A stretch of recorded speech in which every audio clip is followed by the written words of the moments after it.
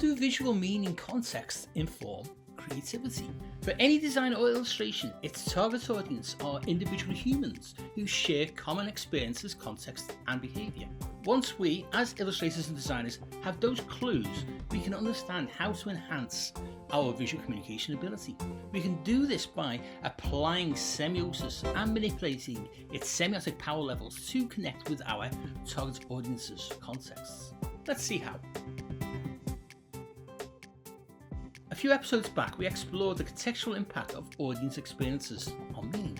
In this 12th episode of Semiosis 101 Season 4, we return to this by focusing on contexts informing your ideation. Your audience's interpretation of the concept they see represented in your visual language is predicated on a phenomenological truth about their lived experience. As Richard Bernstein puts in his book The Pragmatic Turn, the world constrains what we believe. Klaus Krippendorf, in his design book The Semantic Turn, states, meanings and contexts are twins, but they behave quite differently. Meanings result from seeing something in the context of something else. Let us now semiotically explore context and meaning within your ideation phase of sketching solutions. We will discover how context informs meaning and how to visually communicate this. Last episode we focused on the lowest class of semiotic sign action.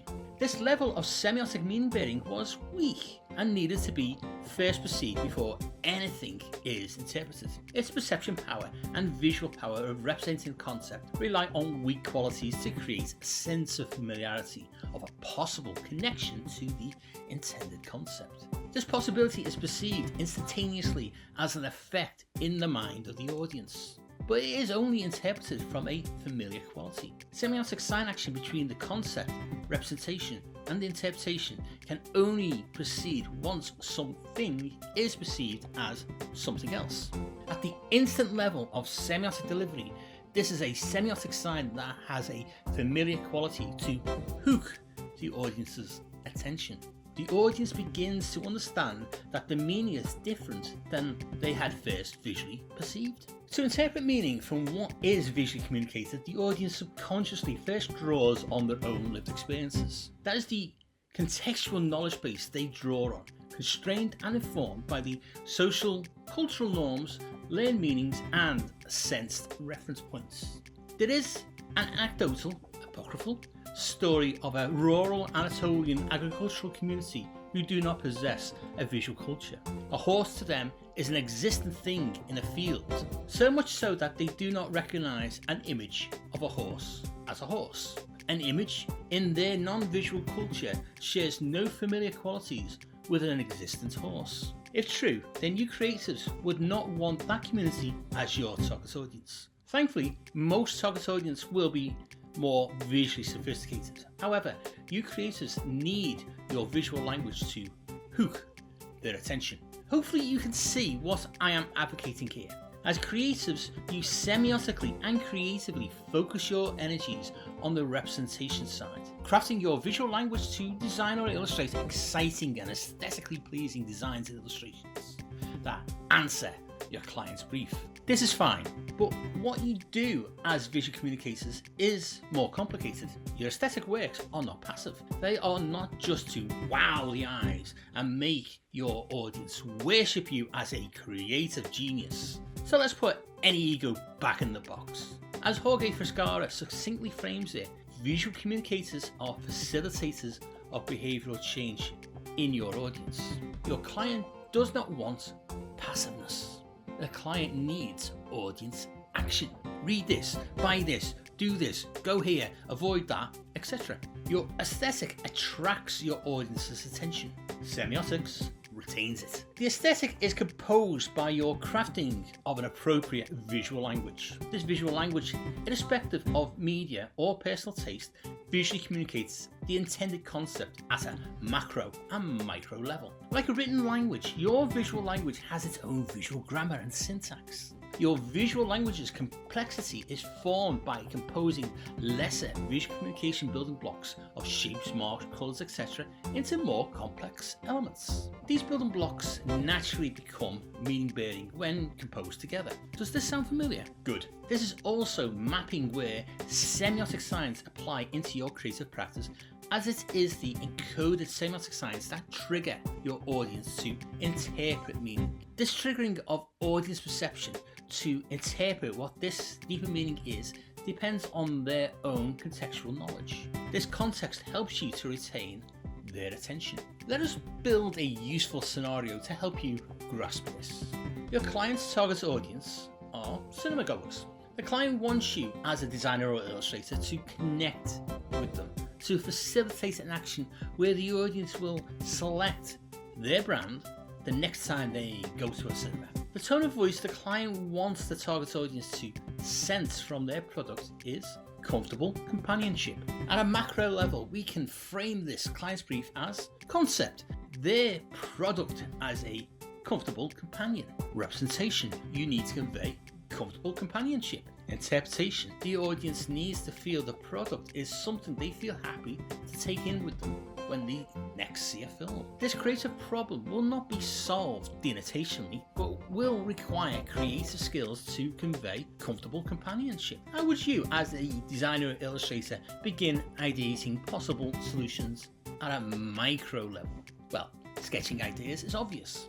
But how do you research comfortable companionship? The cinema-going audience's lived experience provide valuable insights. What familiar semiotic qualities will instantly trigger possible feelings of comfort? Well, cinema goers feel comfortable in the darkness of a cinema, even if they are on their own. This crucial cultural cue to a darkness quality could be the context that informs your creative solution. Or if you want to read more about this, then check out the Semiosis 101 semiotic resource on Ghost. Link is below in the description. In his book on human-centered design, Klaus Krippendorff says, meanings are invoked by sense, and sense is always part of what it invokes. Semiosis helps you to invoke meaning. Yes, I said invoke meaning. I could also frame this as semiotically facilitate meaning. This is not the same as Krippendorff's later criticism of semiotics as unreliable, objectivist, individualist, and caught in the first order understanding. He criticises semioticians as seeming unconcerned with or utterly unaware of how their own terminology constructs the world of science they claim to study. I have some sympathy with Krippendorff's general thesis in regard to language constructing the meaning, or that this meaning is semiotically set. However, from a Peircean perspective, I argue that if creators look to the life worlds of their audience for contextual clues, the semiotic encoded meaning is not literally set by the creative. Rather, the visual language is instead crafted to release different levels of interpretation for the target audience to discover the client's intended concept. My reading of Peirce's semiotic sign action, as I have expressed it in Semiosis 101 episodes, is therefore more naturally aligned with a human-centered approach to visual communication. I do agree with Krippendorff when he concludes that the human world is created by human involvement, if not design. The fundamental aspect of Peirce's semiosis is predicated on representation invoking interpretation by the audience, who perceive meaning-bearing visual elements in your visual language. The audience needs something instantly familiar to begin this semiotic sign action. Saussurian structuralist, post-structuralist semiology is not my semiotic approach, but as this is built on linguistics, I can see how Krippendorff's bias against semiotics may arise. However, as a Peircean visual communicator, I personally feel Peirce has more to offer designers and illustrators to visually enhance how you connect with your audience. As this episode has outlined, your audience's lived experience can provide you with many contextual clues to enhance your communication power, to trigger their perception power. The easier you make instant visual connections to the intended concept using familiar qualities that come from insights into their life worlds, you can trigger audiences' perception to possible interpretations. Familiar semiotic qualities are the base you lay to hook attention and trigger interpretation. Later this season we will be using a Trojan horse metaphor. In the next episode we will go beyond qualities to get you focusing on understanding audience understanding. So subscribe to be notified when this next free episode is published, or become a Semiosis 101 producer on Patreon and watch all future episodes months ahead of YouTube, plus other exclusive Patreon-only video content. Hint, hint. See you all again for the next Semiosis 101 episode. Semiosis 101 is unique in helping illustrators and designers to semiotically enhance your visual communication skills. One designer-centric semiotic video at a time. Remember to hit subscribe to be notified when the next episode hits.